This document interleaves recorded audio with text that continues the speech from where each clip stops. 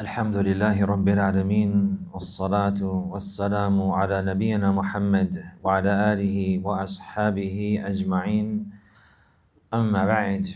This evening we take another principle from the fundamentals of the chapter of buying and selling. And the people of knowledge, they mention Al-Aslu fi al-Buyu' khiyaru al-Majlis. Al-Aslu fi al-Buyu' khiyaru al-Majlis. That the fundamental principle in buying and selling is that there is the option and choice for each party to either continue with the contract or to nullify it. The issue is called الخيار. ومعنى هذه القاعدة أن القاعدة المستمرة في البيوع أنه يلحقها الخيار. What is intended from this is that the established principle in the rulings of buying and selling, or in the contracts of buying and selling, is that there is the option to continue with the contract or to nullify it. So the people of knowledge, they mention here الخيار هو طلب خير الأمرين في العقد من الإمضاء أو الفسخ. الخيار هو طلب خير الأمرين في العقد من الإمضاء أو الفسخ. That الخيار, what is intended here? What is intended here is that a person, he will look for the best of the two affairs, and the best or most beneficial of the two affairs in the contract, whether he will continue and make the contract binding, or whether he will nullify the contract and not proceed. Meaning he will have a period where he has a choice. There's a period where the person, he will have the choice. It's called al-khiyar. The verb is اختار يختار اختار اختيارا واسم المصدر الخيار. A person, he will choose the two affairs that is in his best interest with regards to the contract, whether he wants to proceed and make the contract binding and finish the deal, or if he would like, he has the option likewise to nullify the contract and to not proceed. والخيار يكون لكل من البائع والمشتري. يعني الخيار أن يكون لكل من البائع والمشتري الحق في إمضاء عقد البيع أو فسخه. يعني this is what is intended. That the choice here, الخيار, what is intended, that every person, that each individual, the buyer and the seller, the seller and the buyer, both of them, they have the right. Both of them, they have the right to either continue with the contract and make it binding, or to nullify it. So in these contracts, in buying and selling, the original, the fundamental principle is that once they're established, they become binding. If a person, he offers to sell an item for such and such price, and a person, he sees the item and he agrees on that price, and they agree on that, then this is a contract that initially becomes binding. And these type of contracts here, in these dealings, the ownership will trade hands. The item will go to the hand of the purchaser, and the money and the cost of that will go to the hand of the seller, and the ownership of these affairs will change. And this is from the outcome of the contract whenever it's established. So this is the fundamental principle. Whenever the conditions are met and the requirements are established in the contract between the buyer and the seller, then that contract becomes binding. It's not allowed to back out once it's been established and once it's been affirmed. But the legislation of Allah subhanahu wa ta'ala is based upon mercy, and is based upon ease, and likewise looking into the best interest of the people. So the legislation has given the person a choice and an option, or a time period, has given the person buying and selling a leeway, or a time period whenever they have the option to either continue with the dealing or to nullify it. Because sometimes maybe a person, he will sell something hastily, or he'll purchase something hastily, and then moments later, whenever he really thinks about the situation, he doesn't want to sell it, or he doesn't want to buy it, or he really can't afford it right now, and the likes like this, and maybe he'll regret, and he just moments later for selling the particular item, or maybe he will regret just moments later for purchasing the item, so on and so forth. And there's other circumstances where this issue will come, where this issue will be applied. The issue of al-khiyar, the issue of al-khiyar. So the legislation has placed this and established this in the chapter of buying and selling, and this is a fundamental principle. But there are rulings and regulations. There are rulings and regulations with regards to this.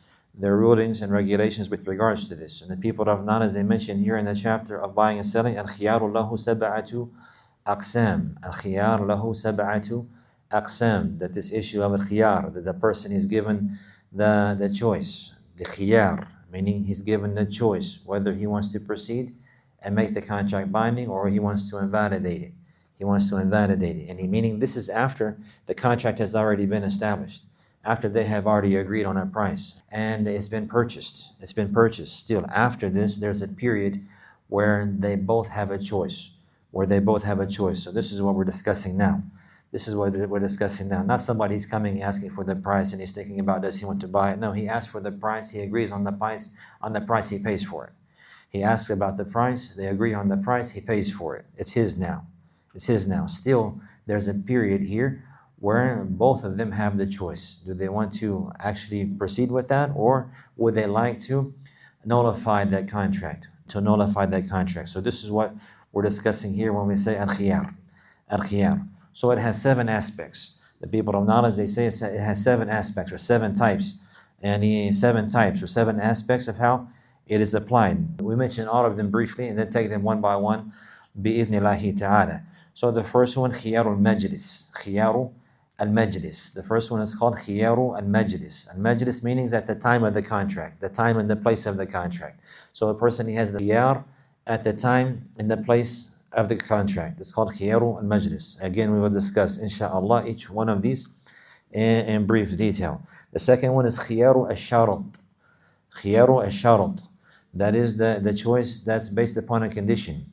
Meaning that a person, he will make a condition that he would have a choice for a certain period. Number 3, khiyaru al-ghaban. Khiyar al-ghaban. This means a person, he has the choice. He has the choice for al-ghaban. Al-ghaban yani al-ghish or al-khadi'ah. If he's been taken advantage of, then he has the choice. Likewise, the details will come inshallah. Number 4, khiyaru al-tadlis. Khiyaru al-tadlis.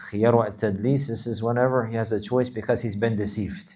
There was something that was hidden from him, and the item and the likes like this, and this is found out later after he obtained it, so on and so forth. There's a choice here, whether he wants to continue or whether he wants to nullify the contract. Again, there's details in each one of these affairs. Number 5, khiyaru al-aib. This is the choice because of a defect. A choice that one has because of a defect. And there are many aspects with regards to this, and many times these affairs, they occur in these days. A person, he will purchase something and find out later that it has a defect. So here we have al-khiyar. So number 6, there is khiyaru al-khulfi. Khiyaru al-khulfi fi as-sifa. Khiyar al-khulf fi as-sifa. Yani al-ikhtilaf fi as-sifa. This is whenever a person, he has a choice based upon the fact that the description of the item does not match. And whenever he received the item, the description that was given to him is not the same as the item that he received. So this is called khiyaru al-khulfi fi as-sifa. And then the 7th and the last aspect of al-khiyar, here khiyaru al-khulfi fi qadri al-thaman. The last aspect of al-khiyar is khiyaru al-khulfi fi qadri al-thaman, yani al-ikhtilaf fi qadri al-thaman. This is whenever there's a dispute arising about the price or the cost of the item. So these are the 7 aspects that we will discuss bi-idhnillahi ta'ala in this fundamental principle, al-aslu fil buyu'i khiyaru al-majlis. Al-aslu fil buyu'i khiyaru al-majlis. So the first aspect of this is khiyaru al-majlis.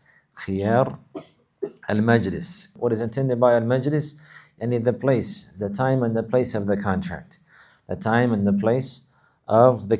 So long as they are still in the place of the contract, and at the time of making that contract, then they both have al-khiyar. This is what is intended. خيار المجلس هو المكان الذي يجري فيه التبايع. It is the place, خيار المجلس, the majlis, this is what is intended here, is the place that the contract and the transaction is happening. The place that the contract and the transaction is happening. And regardless of whether they're sitting or standing, we shouldn't be confused with the word majlis. It doesn't mean julus here. It means the place. Majlis, makan al-julus. Yani makan al-ijtima'. This is what is intended here. Al-majlis is the place where they have come to meet in order to perform the contract. فيكون لكل واحد من العقيدين الخيار ما دام في مجلس العقد ولم يتفرقا منه. So each one of them, the buyer and the seller, they will both have the choice to continue with the contract or to nullify it, so long as they remain together in the place where the contract was established.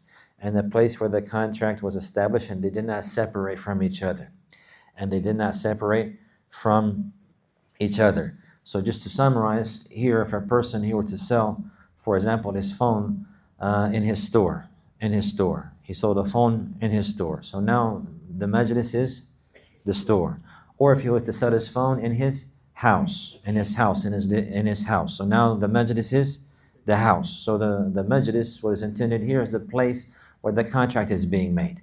If he comes to the store or he goes to the house and they make the deal and they agree on the phone and all the conditions and requirements are met and it takes place and the transaction takes place, so long as he's in the store or so long as he's in the house, so long as they're still together in the place where the contract was made and where the transaction happened, they still have the choice, even though the exchange was made. Even though the exchange was made. He made the exchange, he gave him the money and he gave him the phone. He gave the owner the money and the owner gave him the phone. The exchange took place. Initially it's binding, right? But because of the legislation looks into these affairs, is based upon mercy and ease and facilitation, there's an option here still. There's an option here still, so long as they do not separate from each other. So long as they do not separate from each other. This is the opinion of the majority of the scholars, and the evidence for this is the first narration that is mentioned by the author in Umdat al-Ahkam. And there's two narrations actually, and we discuss them inshallah soon when we begin reading. The narration of Abdullah ibn Umar and likewise the narration of Hakim ibn Hizam radiyallahu anhum. So the Prophet sallallahu alaihi wasallam, he mentioned in these narrations, here we have the summarized narration of Abdullah ibn Umar radiyallahu anhuma, البيعان بالخيار ما لم يتفرقا. The بيعان يعني البائع والمشتري بالخيار ما لم يتفرقا. That the two people involved in the contract, the buyer and the seller, they have the choice so long as they do not separate from each other.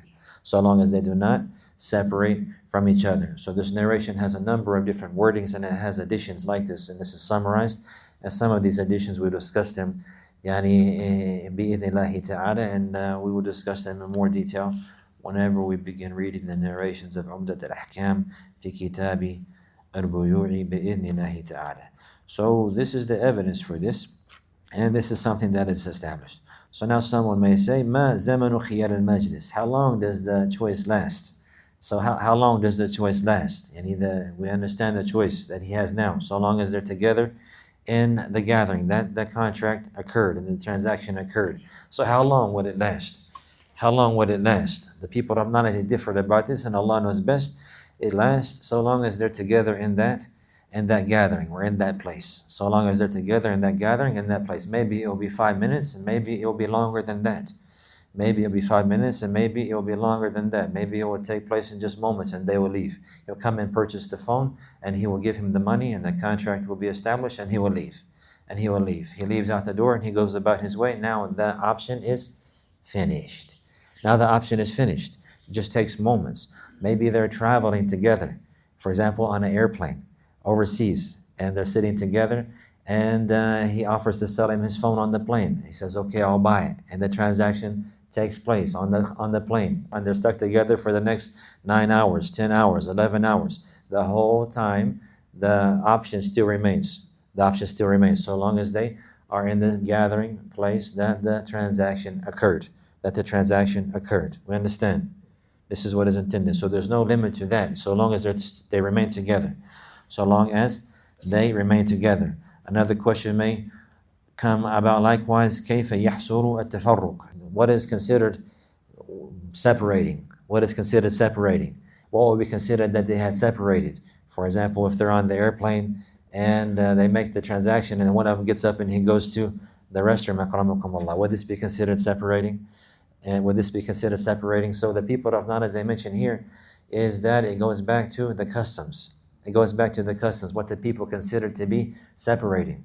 So if you're riding on a plane today, do you consider yourself together with the people on the plane until you get off? Yes, you consider yourself on the plane with the people until you get off. Even if he's in the back seat, you're in the front seat. You would say, I rode on the plane all the way overseas with the brother. All the way overseas with the brother, we're together. We're together on the trip all the way there. We're together on the trip all the way there. He's in the front seat, you're in the back seat, for example. So you don't consider yourself separated from him. So here, because there's no clear evidence in the Quran and the Sunnah establishing that period or that establishing the period that had preceded or the manner of how the separation occurs, there's nothing in the Arabic language to clarify that likewise. Here we go back to the fundamental principle that we referred to in the previous classes from those five. Al-Qawaid al-Fiqhiyya al-Kubra. Al-Qawaid al-Fiqhiyya al-Kubra. We discussed one of them that was related to our transaction. What was that? Al-Darar yuzal. Al-Darar yuzal. Harm, it must be removed. That harm, it must be removed. This is the one that we discussed. The one that we're discussing here is the principle al-'adatu muhakkama. Al-'ada muhakkama. Al-urf muhakkam. Yani the customs of the people is taken as a judge in these affairs, where there's no evidence to establish it from the Quran or the Sunnah, and nor is it understood in the Arabic language. It will go back to the customs of the people to identify that and to set the limit with regards to that. To set the limit with regards to that. So the people of Nana, as they mention, Imam Al-Sa'di rahimahullah in his poetry, وَالْعُرْفُ مَعْمُورٌ بِهِ إِذَا وَرَدَ حُكْمٌ مِنَ الشَّرْعِ الشَّرِيفِ لَمْ يُحَدْ.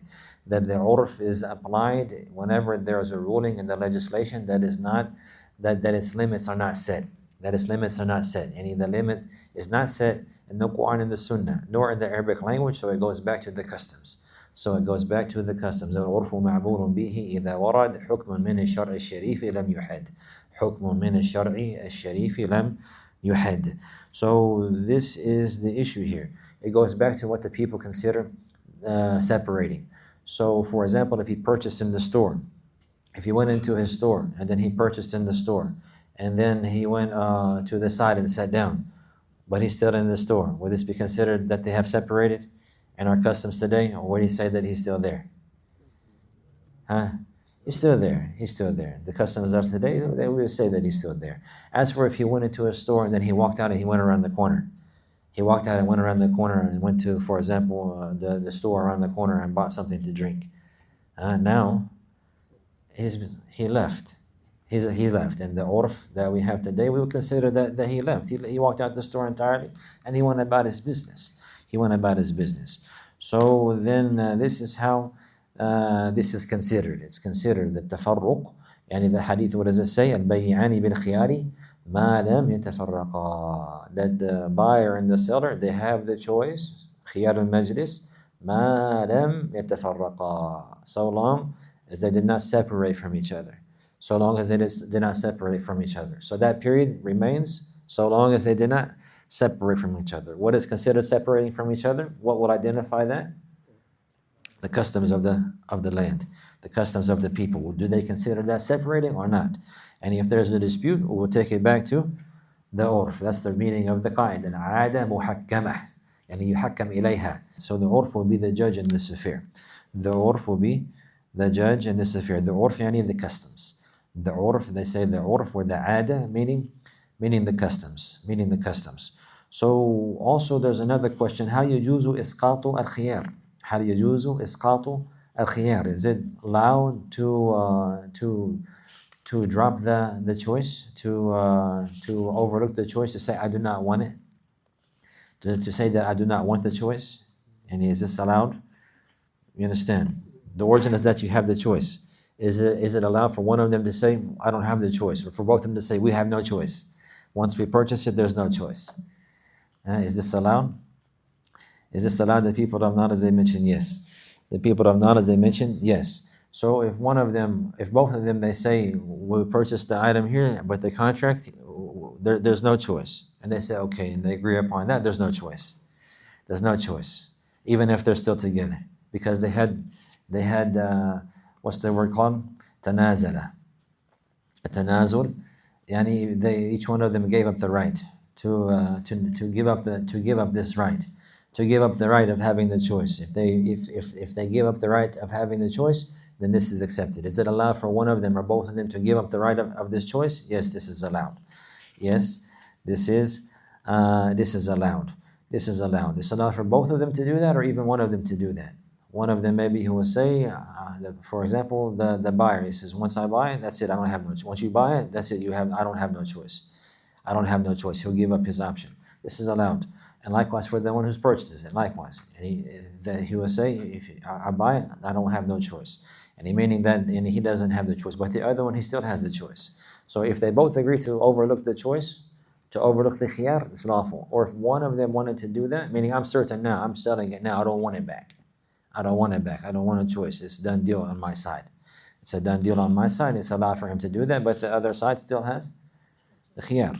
The other side still has the choice. So likewise, this is established in Al-Bukhari and Muslim from the same narration, another wording, and with an addition to that, from Ibn Umar radiyallahu anhuma, البيعان بالخيار ما لم يتفرقا أو يقول أحدهما لصاحبه اختار. That the bayyan, the buyer and the seller, they have a choice so long as they did not separate from each other. أو يقول أحدهما لصاحبه اختار, or that one of him will say to the other one, you choose now. Choose now. Do you want to continue or not? And meaning that the choice has been given to him. That the choice has been given. He'll choose now. Do I want the choice or do I not want the choice? So this is something that is allowed. فدل على أن خيار المجلس يقبل الانقطاع بالاختيار. So this narration here clarifies the permissibility that this option here in the gathering is in the hands of the buyer and the seller. He has a choice. If he wants to take that advantage, he can take that. If he doesn't want to take that, he can mention that in the contract in the very beginning. He can mention that in the contract in the very beginning. We have another question that may come to your minds. هل يجوز لأحد الطرفين أن يخرج بقصد قطع الخيار ولا غرض له دون ذلك. Is it allowed for one of the two people to leave intentionally in order to prohibit the other from having the choice? In order to prohibit the other from having the choice. He has no intention from leaving the gathering except to establish the contract. And make it binding. He really wants the item, or he really wants to sell the item, and the contract goes down, and now to make sure that it doesn't go back and it's not nullified, he will leave quickly. Not with the intention to leave and take care of any business, not because he has a need to initially take care of, but because he wants to make the contract binding and thus prohibit the other from having his choice so long as they're together. Is this allowed? From what you learned so far? Huh? From the order. But he has bad intention, right? He's taking his right. The people of knowledge actually, they differed about this issue because of some of the narrations that have come. So there's a narration authentically on the Prophet ﷺ forbidding this. And then there are two narrations from Ibn Umar radiallahu anhu, the one who narrated this narration himself, that he would do that. And the narration from the Prophet ﷺ, which is considered marfu', is found in Tirmidhi and in Sunan Abi Dawud and other works, and it's declared to be Hasan. Meaning it's accepted. It's an authentic narration that is reported authentically on the Prophet ﷺ. As for the athar of Ibn Umar, which this portion here is mawquf, because it's from the action of Ibn Umar radiallahu anhuma. This is what he used to do. Whenever he would buy and sell, is that if he purchased something that he liked, he would leave or move over a little bit in order to make the contract binding. And this is found in Bukhari and Muslim. And this is found in Bukhari and Muslim. Remember al-hadith al-marfu' wal-hadith al-mawquf wal-hadith al-maqtu'. Remember these affairs? Al-hadith al-marfu' ما أضيف إلى النبي صلى الله عليه وسلم من قول أو فعل أو تقرير أو صفة خلقية أو خلقية. Al-Hadith al-Marfu', the narration that's called Marfu', this is a narration that's ascribed to the Prophet Muhammad sallallahu alayhi wasallam from his statements or actions or that which he affirmed, or from his characteristics, from his physical characteristics or his manners, This is called Hadith al-Marfu'. This is the hadith that we know when we say hadith. But also there's another hadith that's called Mawquf. وَمَا أُضِيفَ إِلَى الصَّحَابِي مِنْ قَوْلٍ أَوْ فِعْلٍ أَوْ تَقْرِيرٍ. And this is what is ascribed to a companion from statement or action, or affirmation. So there's a difference between the statement of the Prophet Muhammad sallallahu alaihi wasallam and the statement of one of the companions. And there's a difference between the action of the Prophet sallallahu alaihi wasallam and the action of one of the companions. You understand this? So that which is ascribed to the Messenger sallallahu alaihi wasallam is called marfu'. Marfu' means raised. It's high and lofty because of the high and lofty status of the Prophet Muhammad sallallahu alaihi wasallam. And the action or statement that's ascribed to a companion is called mawquf. Mawquf because it stopped. It didn't reach that high and lofty status. And there's another narration called maqtu'.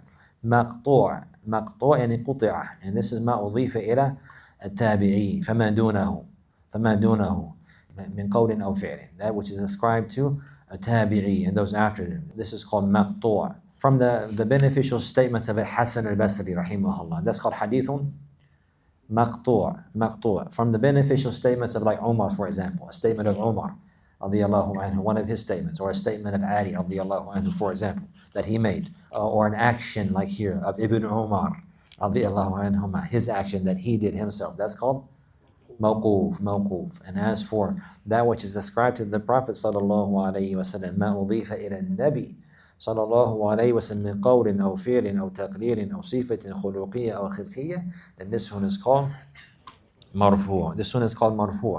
So if we have a marfu' and a mawquf, what do? Which one takes precedence? That's not hard to understand, right? But some may say here, the mawquf is in Bukhari and Muslim, and the marfu' is in Sunan Abi Dawood and At-Tirmidhi and Musnad by Imam Ahmed, for example. So which one is stronger with regards to the chain? The athar, the mawquf is stronger, no doubt, because it's in Bukhari and Muslim. But which one is higher? The marfu'. So even though the marfu' here is considered hasan and it's not of the strength of the mawquf, it takes precedence. That understood? It takes precedence. Why? Because it's the statement of the Prophet Muhammad sallallahu alayhi wasallam. So the people of knowledge, they mention the narration البيان بالخيار ما لم يتفرقا إلا أن تكون صفقة خيار ولا يحل له أن يفارق صاحبه خشية أن يستقيل.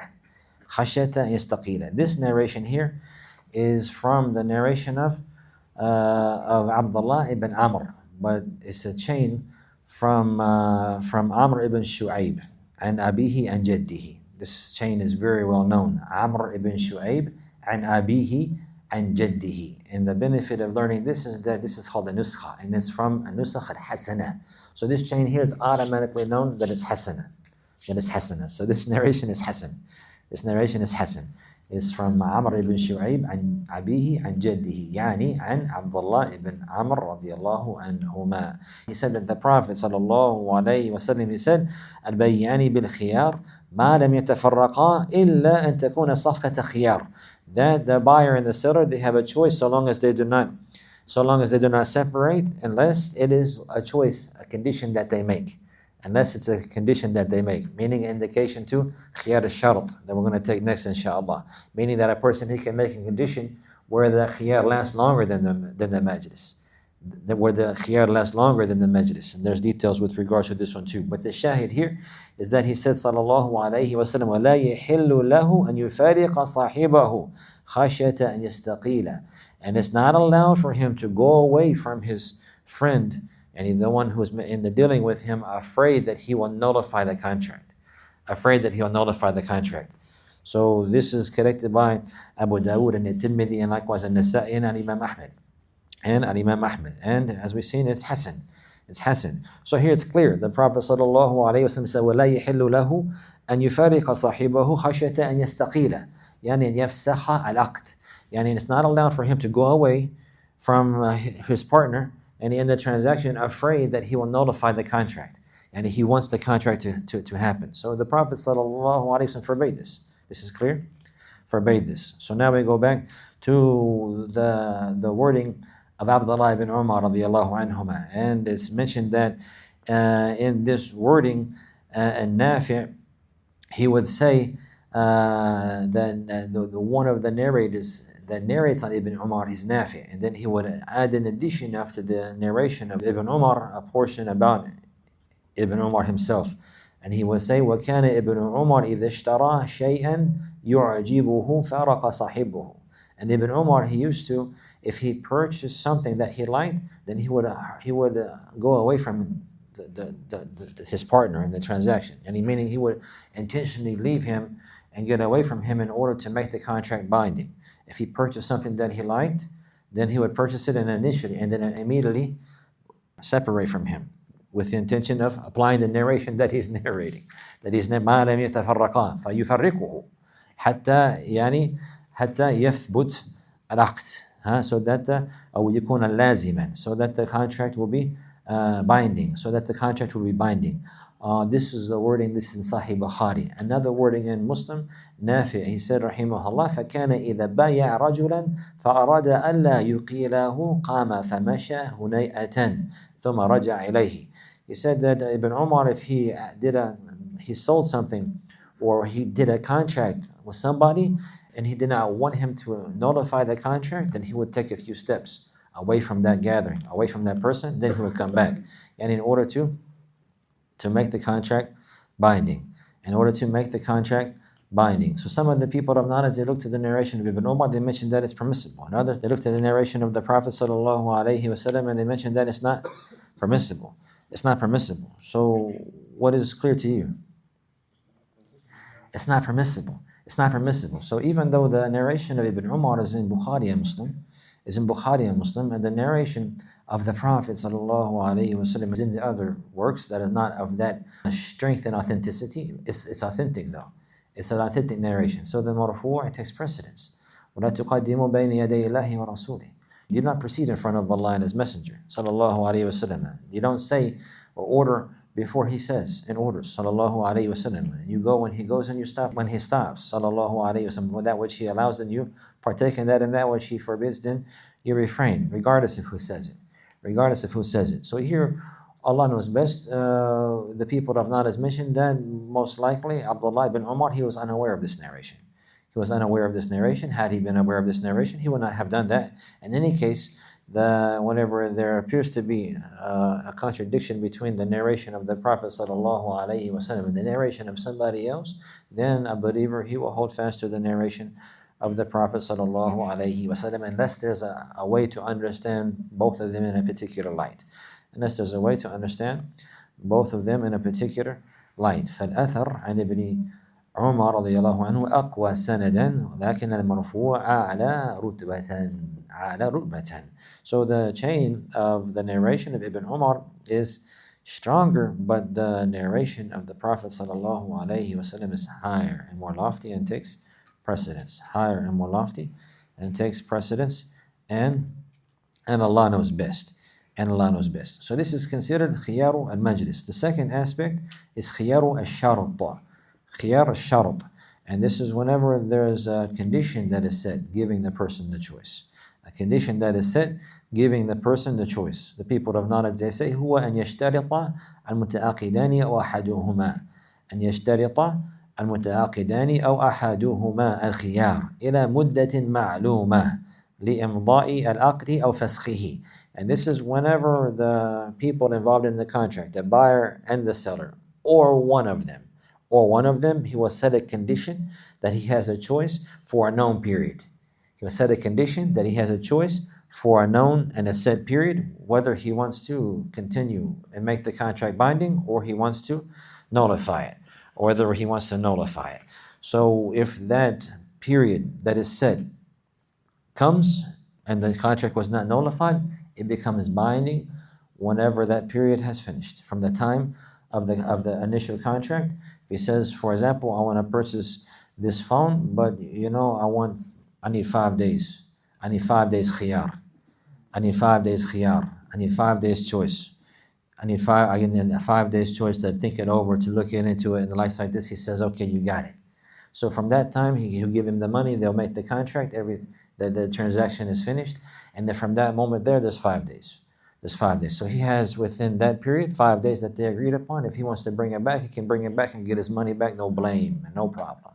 No blame and no problem. If he doesn't come back by that period, then it's established and the contract becomes binding. The contract becomes binding. So if both of them, they said that, they both have the khiyar. And if both of them set a condition, they both have khiyar. But if only one of them sets the condition, then only one of them has the khiyar according to the condition, yani the additional khiyar. The original khiyar is established, right? And the majlis, this is on top of that. This is on top of that. So the majlis is at the time of the contract until they separate. This is in addition to that, a condition on top of that. No, not just only khiyar al-majlis, I want 5 days or longer or less, according to what they agree upon. So if a person, he was going to purchase a car, for example, and then he says, but I want to have the choice. I want to have the choice for a month. For a month, it's allowed, if they agree upon that. If the buyer, he says that, or if the purchaser, he says that, or both of them, they agree on that. They both have the choice. It's allowed for a month, for an entire month. It's allowed. It's allowed. There's no set limit, but the condition is that the period is known. It can't just be like, oh, I have the choice like this, and it's just not mentioned. It's not mentioned. It's an unknown period. That's not allowed. The period for the choice and the condition that he's setting, it must be known. If they agree on it, 5 days, 3 days, or more or less, and the likes like this, then that is established and it must be adhered to. It must be honored. There are some terminologies in this chapter that probably in the English language they have equivalents, but I'm not a businessman, so you have to be patient. Sometimes if you know the bank has terminologies, the financial terminologies in the English language, and maybe there are some terms, khiyar al-majlis, that will be the best translation if you can think of them, or you know them, then share them with us. Barakallah fikum. But, huh? Like a 90-day guarantee. A 90-day guarantee. Some do it on a car, or they do as is. I thought about that, but the word guarantee is called daman, al-daman. So the rulings of daman are slightly different. So I didn't want to use the word guarantee, but it's similar. But this is called the khiyar. You have the choice, even if there's nothing wrong with it. I don't want it no more. I just don't. You understand? So al-daman, the guarantee. Buyer's remorse. We have a buyer's remorse. Return policy. Khiyar. Return policy. This one is a good one. This one's close. Huh? What is it? It's called buyer's remorse. You have 30 days to try Buyer's to remorse. And if you don't want it, Because this is close too. Buyer's remorse, return policy. These are the ideas are very close. Buyer's remorse is close because this is what they mentioned. Maybe he will purchase it and then he'll regret that he bought it. He will purchase it and he really wants to think it's right there, and then he gives this money for it, and then he realizes he really doesn't have the money for it. He needs to use the money for something else, so he'll regret. Buyer's remorse. This is a good one. Jazakallah khair. Khiyar al-majlis. Khiyar al-shart. Inshallah, we continue from here in our next class. Bi-idhnillahi ta'ala, khiyar al-shart. We don't have time to cover the information that we need to cover. And then we finish the rest of the aspects of al-khiyar, inshallah, and begin after that reading the narrations of Umdat al-Ahkam. In our previous class, the brother, he asked a question about the transaction we're discussing in murabaha, whenever the person, he will sell, for example, a car with the original price known, with an additional price on top of that, which is profit, either a set amount or a set percentage of the price of the item, a set percentage of that in profit. What is the benefit of this? Why would one do this and not just sell it without having the Prophet known. You understand? So what is the advantage of having this type of transaction?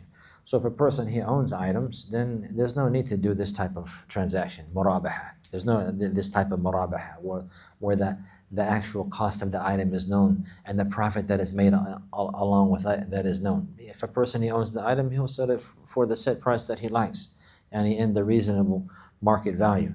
And then if they agree upon that, then alhamdulillah, and he sells it and he makes the profit and it's not known. But here the issue is that somebody is looking for an item that the person, he doesn't have. For example, he wants to buy a car, but he wants to buy it in installments. So he'll go to somebody who will buy the car for him and then sell it to him in installments. So he doesn't have the car now. So in general, the price of the car is going to be known. So the person, he will say, I will buy the car and I will sell it to you in installments, but I want to make this much money profit, or this percentage of the price profit. You understand?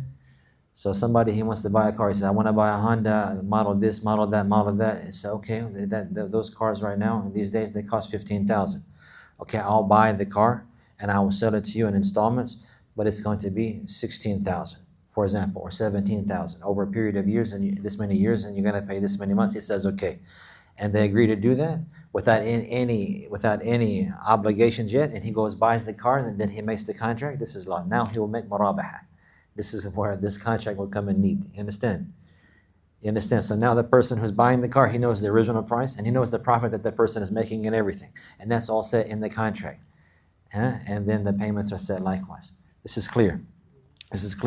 But he can't say, I want to buy the car. Say, okay, give me some money, give me a down payment, or sign a contract, sign an oath. Like, he can't do none of that.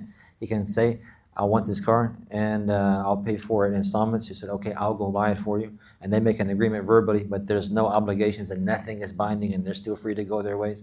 He buys the car. He comes back. He says, you know what? I have the car now. Would you like to look at it? He said, yeah. And he looks at it. He says, okay, I would like to take it. Okay, on the condition of you pay this much money for this many months, so on and so forth. And they agree and they sign the contract on that. So it's okay. This is the way to do that type of transaction where it's paid in installments without falling into violations. Understand? And that's the benefit of having that type of contract. واضح? Alhamdulillah. Any other questions or comments or corrections? نعم.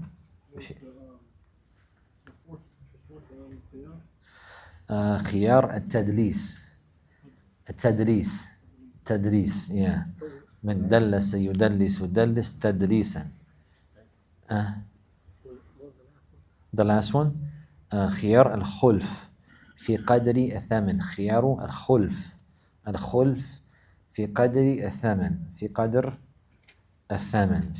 الثمن. الخلف يعني الاختلاف.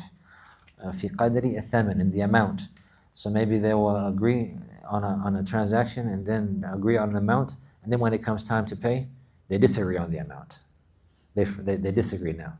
So, oh, I thought it was 10,000. So no, it was 7,000. And then they disagree here. So now there's going to be a khiyar. There's details with regards to this. The sixth one before that was khiyar al-khulf fi sifa, in the trait, or in the description. He says you want to buy something, you see the picture, it says it's this model, this, and then when you get it, it's different.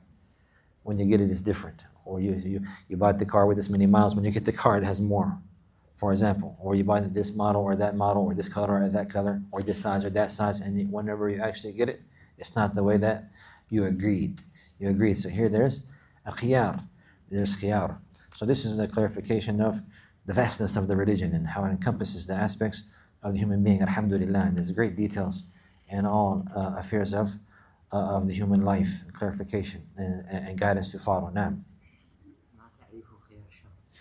خيار الشرط هو أن يشترط المتعاقدان أو أحدهما الخيار إلى مدة معلومة لإمضاء العقد أو فسخه.